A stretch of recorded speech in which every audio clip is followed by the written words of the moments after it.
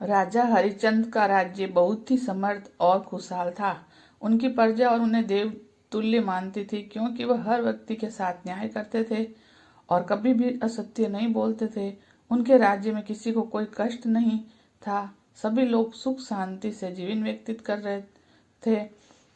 राजा स्वयं भी बहुत धार्मिक प्रवृत्ति के थे। वह नित्य रूप से पूजा पाठ और यज्ञ करवाते थे।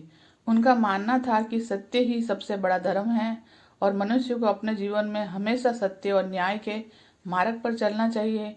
राजा हरिश्चंद्र की ख्याति इतनी दूर दूर तक फैल चुकी थी कि स्वर्ग में भी उनकी चर्चा होने लगी।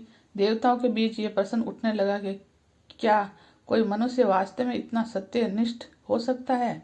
इस प्रश्न का उत्तर जानने के लिए महर्षि विश्वामित्र ने उनकी परीक्षा लेने का निश्चय किया।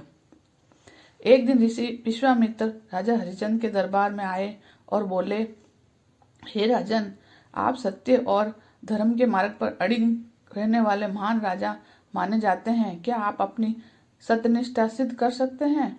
राजा ने उत्तर दिया, हे महर्षि, मैं साक्षात मृत्यु को भी स्वीकार कर सकता हूँ, परंतु सत्य के मार्ग से कभी नहीं हट सकता।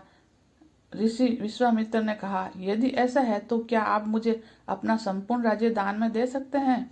राजा हरिश्चंद्र ने बिना किसी संकोच के बिना संपूर्ण राज्य ऋषि को समर्पित कर दिया। लेकिन महर्षि ने आगे कहा कि दान तभी पूर्ण होता है जब राजा उन्हें दक्षिणा भी देंगे।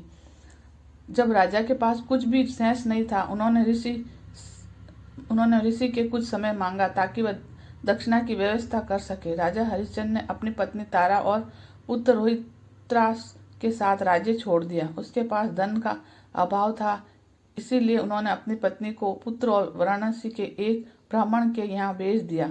सह राजा ने काशी के एक शमशान में जाकर नौकरी करनी शुरू कर दी। उनका काम यह था कि वह शमशान में आने वाले मृतकों का अंतिम संस्कार करने के लिए कर शुल्क ले।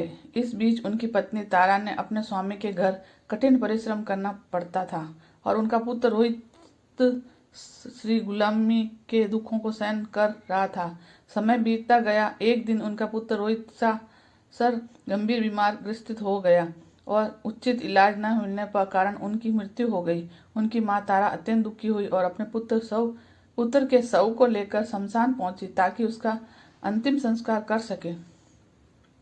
जब तारा शमशान पहुंची तो उन्होंने अपने पति को पहचाना, लेकिन वह कुछ नहीं कर सकी। उन्होंने राजा से अपने पुत्र का अंतिम संस्कार करने की अनुमति मांगी, लेकिन राजा हरिश्चंद्र ने धर्म के नियमों का उल्लंघन नहीं कर सकते थे। उन्होंने कहा, शमशान में किसी भी मृत्यु और अंतिम संस्कार तभी होगा जब कर दिया जाए। यह सुनकर तारा विलाप करने लगी। उन्होंने कहा, राजन, हमारे पास तो कुछ भी नहीं बचा है। हम अपना सब कुछ पहले से ही खो चुके हैं।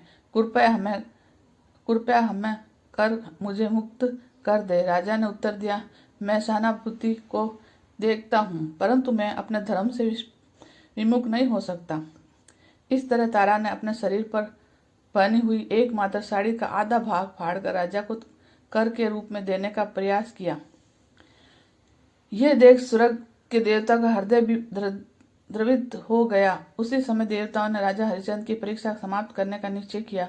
भगवान विष्णु और महर्षि विश्वामित्र वहां प्रकट हुए और कहा, हे हरिश्चंद्र, तुमने अपनी सत्यनिष्ठा और धर्मपरायणता की अद्भुत परीक्षा दी है। ये सब तुम्हारी सत्यता को परखने के लिए किया गया था।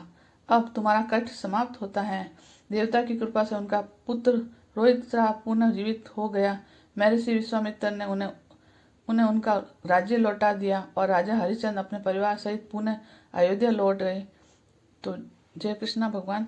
और ऐसा कथा अच्छी लगे लाइक और सब्सक्राइब कर दो।